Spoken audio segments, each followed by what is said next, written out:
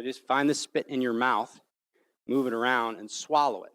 First time you do it, you might not notice anything. But if you're going to want to try it again, do the same thing. Notice how it's intense. The sensation inside, you can be aware of it. It's intense at the beginning. And then you can actually watch the sensation in your own body as you swallow travel down your throat, and then it'll just disappear like it never happened.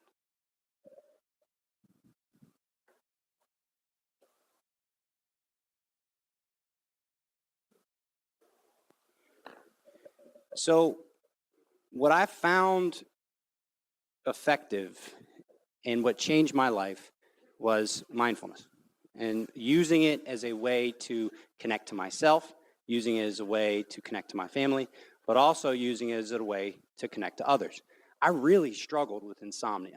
I really struggled with managing my emotions. I really struggled coming back with the reality that this warrior I thought I had created, thought I had proved, wasn't really as powerful and strong as I really thought it was. And so when I started studying mindfulness and started feeling the successes, so like that wasn't the first time with my wife that there was a terrible situation that I was able to not make more terrible by adding to it. And so now I have abilities that I just didn't even know exist before. So there's ways for me to operate inside my family, inside my community, that are just more fortified and way stronger than before. The very first thing that it helped with, however, was sleep. So it's just sleeping. I mean, I can't tell you what a big deal it was to study mindfulness for the first time and actually feel my mind settle. Wow, to be able to fall asleep without worrying about it. You know, it was 3 years of every time it got to about 1900, I'd start to get spun up and I'd start to get anxious about sleep. So when it came to reaching out to the community and saying, hey, this is a really easy practice. I mean, this is KISS to a T. Keep it simple, stupid. Get the practice going. There's nothing crazy or weird about it. Let's get it out there. Let's get people access to this kind of thing. We jumped on it. And so this is the first kind of tool that we use to get mindfulness out there. And it was through this QR code. And the idea was that if you're a service member, and this was in 2013, so if you're a service member who's, wants to try something regarding mindfulness and falling asleep, you don't have to sign up for it. You don't have to give your name. You don't have to give your email address. You just scan that code. Boom. There it is. It was the same mindfulness training they taught at the VA. It was the same teacher. It was the same mindfulness training I learned. And so, boom, you want to tame that hypervigilant mind. You want to tame that Uncle Sam inside of you. Mindfulness, right? And so the idea was to put this out what we did was we put this out over Memorial Day weekend, and it was okay. It was still relatively new. QR codes were still relatively new. We put out 10,000 of these codes, and out of the 10,000, we had about 1,000 hits. So we had 1,000 people kind of scan the code. Not bad, right? So what we started with was the basic idea that to connect to the community, where else do you go than science, right? Science will tell you mindfulness is great, and that's what happened. I mean, it's the ultimate irony of the Iraq War is that were it not for the length of the Iraq War, the devastating nature of the Iraq War, the challenges faced by warriors coming home, the science, the necessity for the science to study these practices wouldn't have been there. So there's a lot of science. If anybody wants, I've got a PDF with 20 scientific reasons for studying science, if that's something that really is cool. But what we found was that was not the easiest way to connect to people, especially around mindfulness. To give people a connection to mindfulness, it was more effective to find a common connection than it was to say, science says you should do this. And this was our basic kind of concern. It's like, can this and this, ever connect? Is there ever a way that this would actually match up? And these are new ideas, mindfulness, yoga. It's no way. So when we introduced these practices, we introduced them at Arlington National Cemetery. And that was after the first QR code we sent out. We kept getting a little bit bigger, and what that resulted in was an event called Mindful Memorial Day that takes place every year at Arlington National Cemetery. And the first year we did it was 2014. That was after the cards. Then we did it again 2015. We did it again 2016. And the whole time we were pulling this off, there was that concern that, people would see mindfulness as this warm, fuzzy, hippie kind of thing, and, wouldn't be important to people, and people wouldn't see the value, even if we had all the science. And so every year, that was the biggest concern, but every year people connected over and over and over again. And so this year, we really went out of our way to go specifically to the people in charge of Arlington, and that's the old guard. Right? The old guard, they're all out of Fort Benning. That's where I went to basic training myself, so I feel a particular affinity for the old guard. But anyway, these are your soldiers, and man, they are soldiering every day, burying almost 30, I think it's 36. There's 36 burials at Arlington every day. So when we went to the old guard this year, to me that was like the big piece. Can we explain our value to the old guard, the professionals at honoring the fallen? Can we explain this to them and have them connect to it? And so when we were about to pitch, the officer's captain, he started explaining a little bit about his past duty stations and the like, and he used the phrase "a warm fuzzy." And I don't know. I know in the Army we call connecting with others and self-confidence a warm and fuzzy, right? The Marines, I don't think, know what that means. The Navy don't really care. Go Army, beat Navy. And in the Air Force, however, a warm and fuzzy could easily be argued as a vagus response that shows the coherence between the brain and the heart. Because you guys are smarter than us, right? So anyway, we're talking to this captain, and he's like, well, I really got a warm and fuzzy about troop maneuvers. You give me 40 guys and tell me where they got to go, and I'll tell you how much food they need and how fast we're going to get there. But I don't have that warm and fuzzy around tanks. I really don't know much about armor, and there's a lot more, dealing with terrain and gas. So I went down to Fort Knox and got in with an armor unit, and after that, I had that warm and fuzzy around tankers. And I was just like, warm and fuzzy, that's great language. What warm and fuzzy talks about is the same conversation of language of lids. It's not the idea behind something, it's what it actually feels like. So we started with a warm fuzzy, right? So how do you start with a warm fuzzy? Well, what we did was we created this symbol. And what this symbol represents is a mindful memorial. And a mindful memorial is bringing the ability to focus your fullest attention on something to honoring service and sacrifice with gratitude, right? So most people in the military environment recognize the bottom symbol, right? Most people recognize that as a fallen warrior. Not everybody recognizes the top symbol. That's the modern symbol for mindfulness. But the two together represent mindfully honoring the fallen. So when I went and talked with the captain, I described the bottom symbol first. And so my intention was to connect with something that I knew would resonate. And starting there. So in the context of making connection to your community and making connection to people outside of the Air Force, start with something that's familiar. So as we kind of move into this new space, I'm going to start recruiting you all to help me with what's going on with the community in the coming days. So, as I mentioned before, every year since 2014, we've been at Arlington honoring every single post-9/11 fallen service member with what's called a mindful moment of gratitude. I'll take you through one in a moment. But this is that kind of experience where, these two guys, they may not have any idea what that circle is, but they recognize the fallen warrior symbol. And then it connected to them. It made them feel good about it. Here's another group of service members. Here's how we give away or how we honor every fallen service member. We hang a yellow ribbon inside the Women's Memorial. This year we have hung, these ribbons are up. This is the group that hung them this year. 6,876, sorry. That's the official number of every service member that's died since 9/11. And so we've hung a yellow ribbon for everyone. And then in this picture in the middle, that's one of our volunteers giving that ribbon away with the name of a post 9/11 warrior affixed to it. And so those exchanges happen and will happen this weekend over 6,876 times.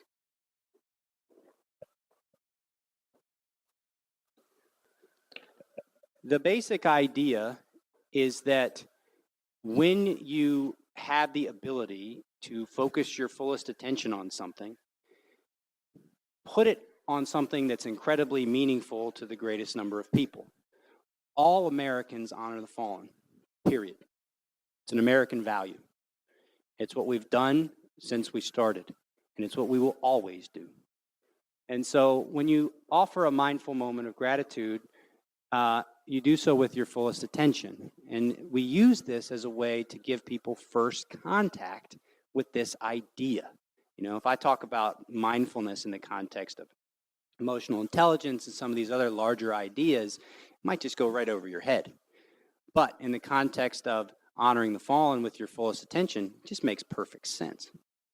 So through a mindful moment of gratitude, we introduce people to mindfulness the very first time. It's their first contact.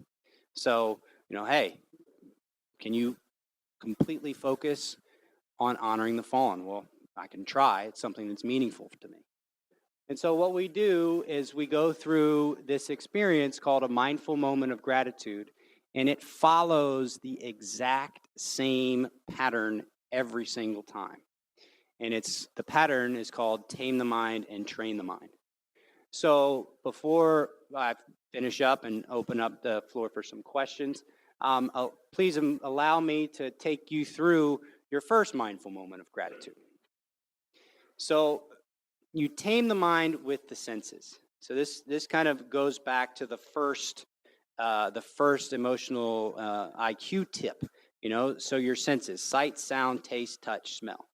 So the first step in a mindful moment of gratitude is using your senses to bring your awareness into the present moment. So you don't have to do this, but if you would like, simply look up to the front and just look around for light and shadow. Notice light and shadow. You can notice light and shadow moving. You might be able to notice reflection. You might be able to notice light and shadow in different places that you never noticed before because you never really paid attention. If you've got awareness of light and shadow and you feel comfortable, close your eyes. If you've got awareness of light and shadow and you feel comfortable, close your eyes. With your eyes closed, I want you to just study for a moment silence.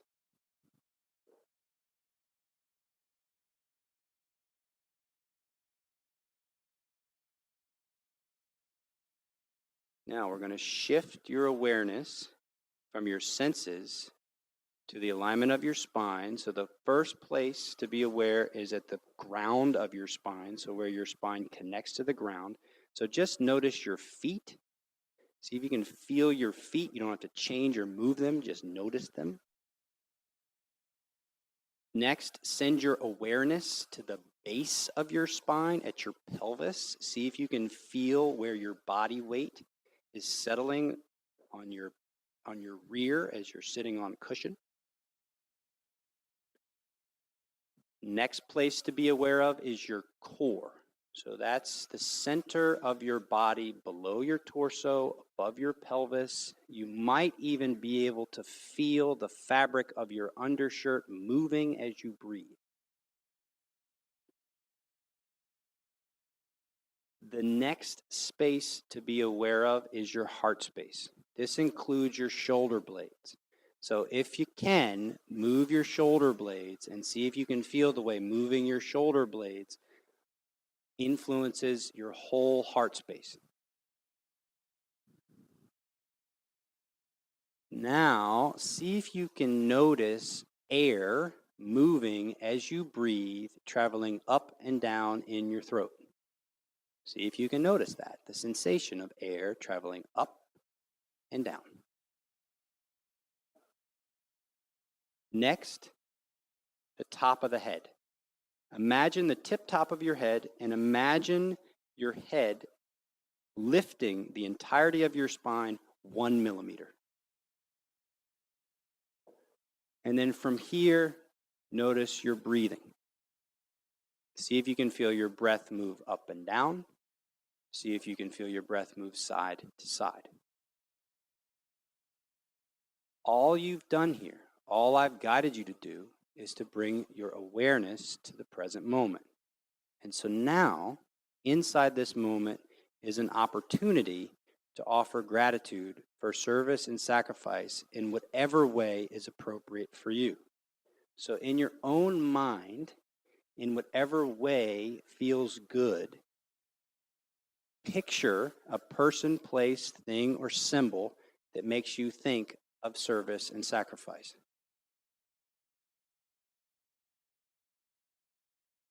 Now, in your own mind, once you have this visual, overlay in your own mind that visual with language expressing gratitude for whatever is showing up in your mind.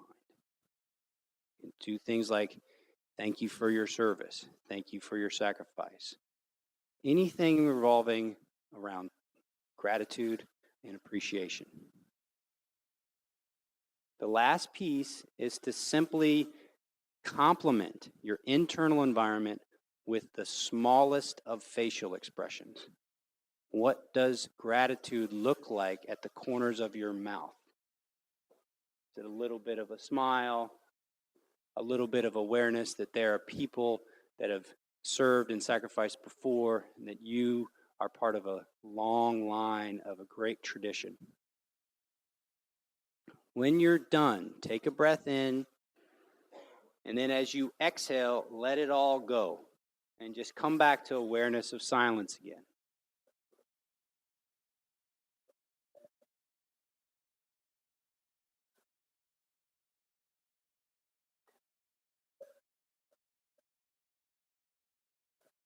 Feel free to bring your attention back to light and shadow.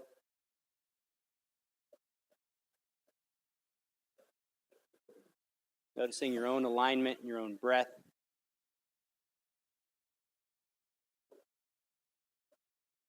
This is where we will be over the weekend. We're going to be, like I said, at the Women's Memorial at Arlington National Cemetery, honoring every service member who's died since 9/11. What's unique about this year is that we are recruiting a group of volunteers called an Honor Brigade. The Honor Brigade will go into Arlington to visit each of the almost 900 post 9/11 service members buried there and sit in front of their gravesite and offer a mindful moment of gratitude.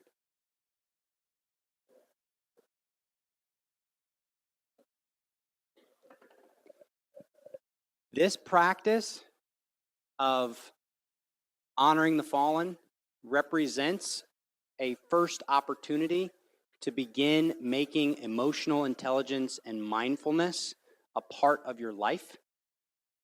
These skill sets are incredibly valuable. I often liken mindfulness and emotional intelligence to the human capability of being able to read. Once you begin to learn that you can be aware and that you can influence what you are aware of, your choices and your capabilities increase. You have more opportunity to engage with what's going on. That said, it doesn't work unless you practice. So finding something that's important to you or finding a practice that's important to you is essential to being any good at what I've just been talking about. Being authentic, this is what keeps us connected to each other and enables us to be reliable as a unit. Then, distress tolerance. So being inside of the experience of shame and anger, or being inside of fresh emotions, and being able to operate according to the language of lids. And then ease. Even with all of this, there's something to be said about ease, and there's something to be said about the qualities of ease and how they show up. Ease is always available. There's always a warm and fuzzy to be found.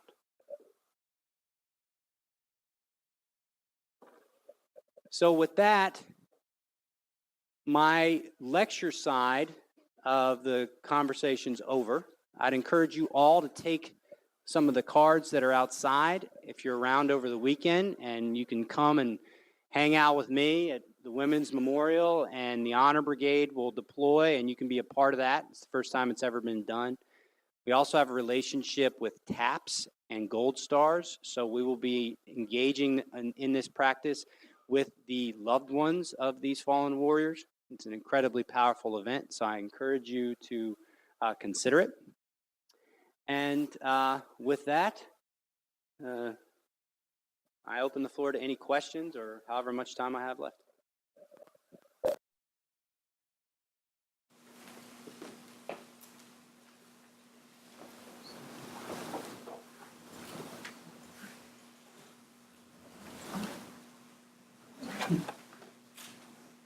Thank you, Mr. King.